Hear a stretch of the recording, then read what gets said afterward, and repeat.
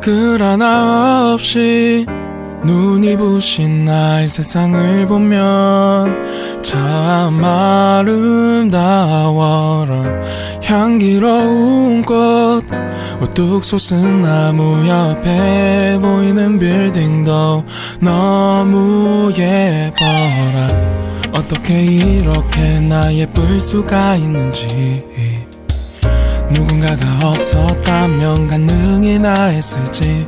하지만 저기 저 끝에서 여기를 지나서 반대편 끝까지 복잡한 일상은 가득해. 엄청난 전쟁, 그게 전쟁이지만 아름다운 걸 보려면 한 발자국만 뒤로 빼. 복잡한 일상, 가득한 일상에만 빠져 있으면 절대로 볼 수가 없어 아름다운 거. 그때 내가 가야 할 곳 stop. 주님은 내 피난처, 주님은 내 피난처. 하루의 시작을 주님과 함께 12월 28일 매일 성경 큐티를 시작하도록 하겠습니다. 오늘 함께 읽을 성경은 시편 41편 1절에서 13절까지입니다. 우리의 몸과 마음, 뜻을 다해서 함께 읽도록 하겠습니다. 연약한 사람들을 돌보는 사람은 행복한 사람입니다. 어려움이 닥칠 때에 여호와께서 그 사람을 건져주십니다. 여호와께서 그를 지키실 것이며 그의 생명을 보호하실 것입니다.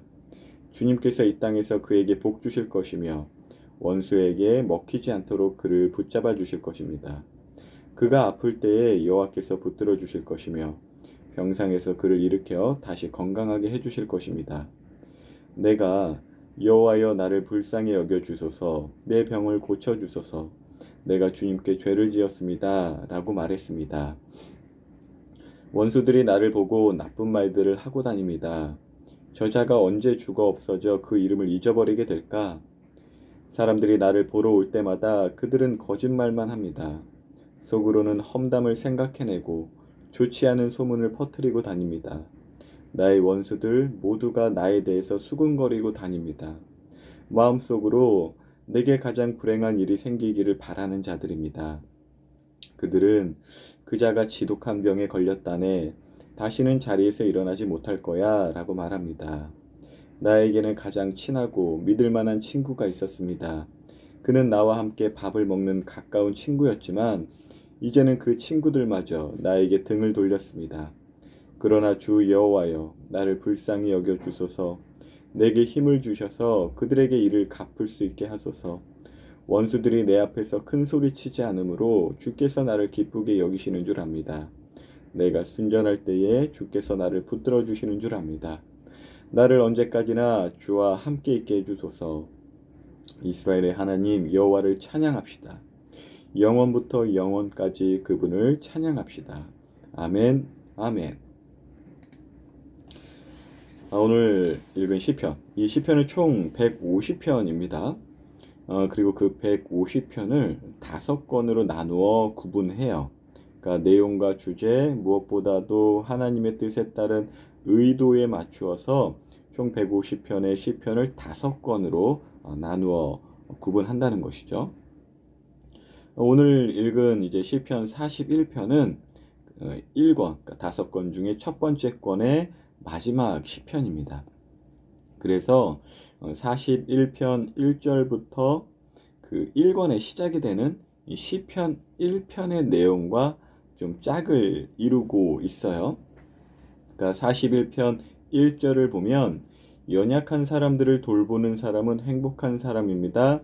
어려움이 닥칠 때에 여호와께서 그 사람을 건져주십니다 라고 되어 있는데 그 유명한 시편 1편과 비슷해요.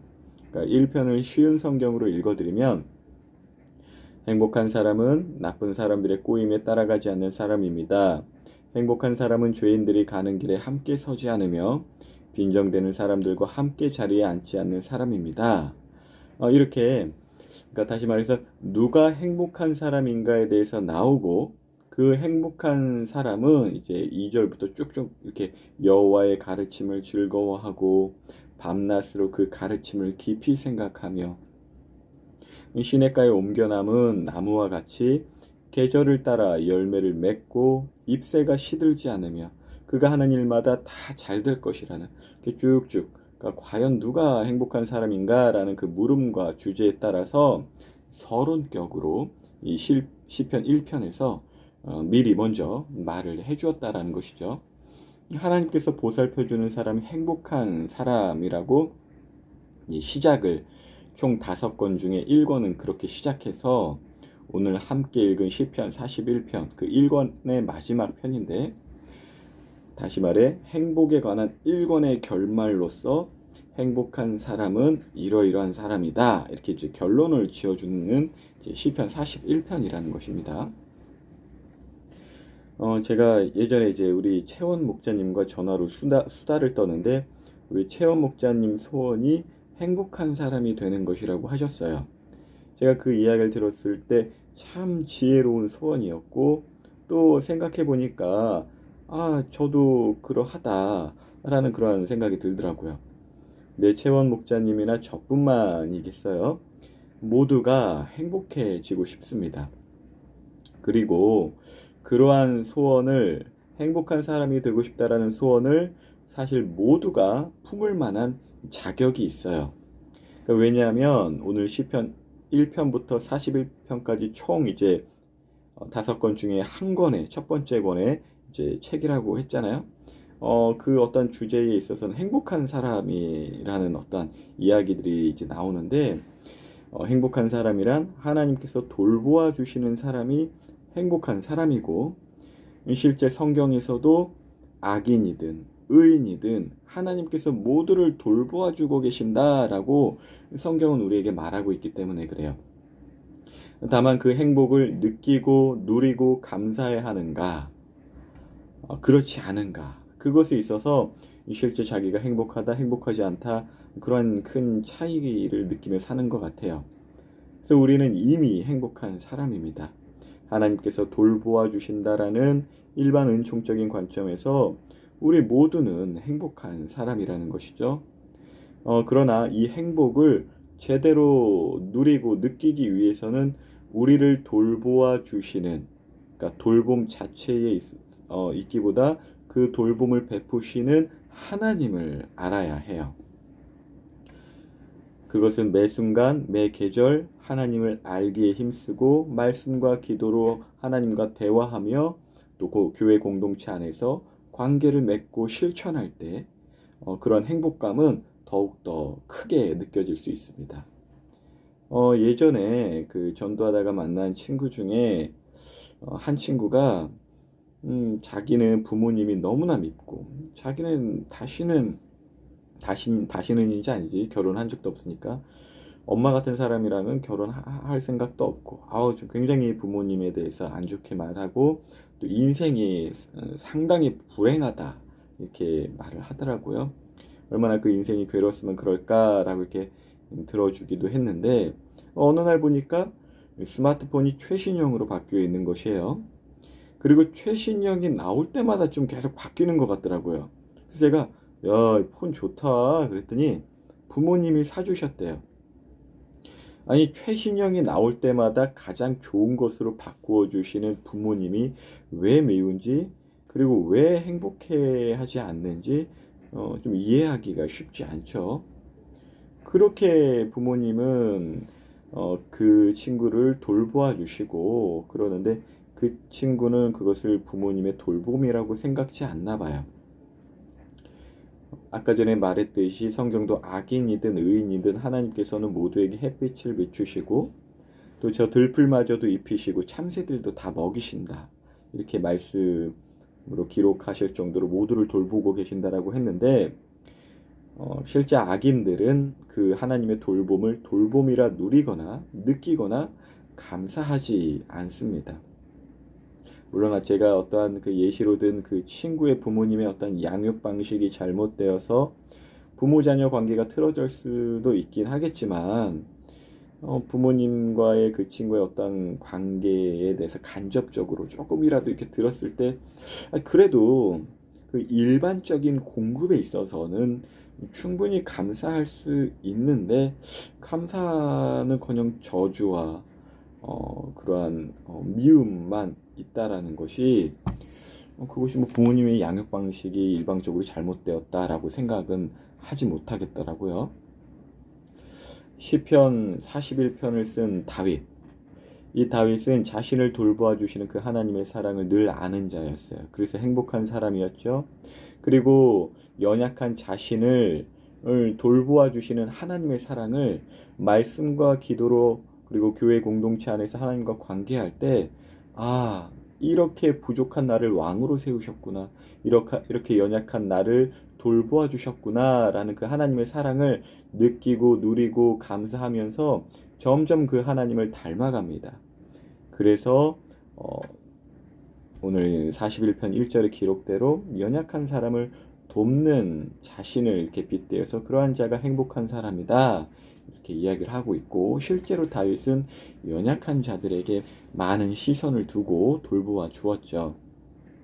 그런데 이러한 다윗도, 이러한 의로운 사람도 어려움이 닥칠 수 있다는 것이 분명히 우리의 삶에서도 느끼고 성경에서도 그렇게 말합니다. 하지만 이것은 마치 한 해에 따뜻한 봄이 있고 더운 여름이 있고 선선한 가을이 있고 추운 겨울이 있는 것처럼 하나님을 따르는 사람들에게도 즐거운 계절, 또 어려운 때, 이러한 계절의 변화와 같은 그러한 시기가 또 따로따로 있다는 것이에요. 그러므로 시편 1편에서 우리에게 알려준 것처럼 행복한 사람은 어떤 따스한 봄날만이 있는 것이 아니라 그 계절에 따라 맺는 열매가 있다고 합니다. 그러니까 다시 말해서 행복한 사람이란 어려운 계절, 어려운 때에 낙심하여 괴로워하기만 하는 것이 아니라, 그러니까 어려운 계절이 없다라는 것이 아니에요. 그 어려운 때에 오히려 믿음을 바라면서 맺는 열매가 있다라는 것이죠. 요즘에 이제 코로나라는 이제 아주 큰 담론 속에서 여러 주장과 모습들이 개인들에게 있죠. 그렇지만 진정 행복한 사람들은 이 어려운 때에도 하나님의 돌보심을 느끼고 누리는 사람이고, 또 이 어려운 때에 맺어지는 열매가 있는 사람들이라는 것입니다.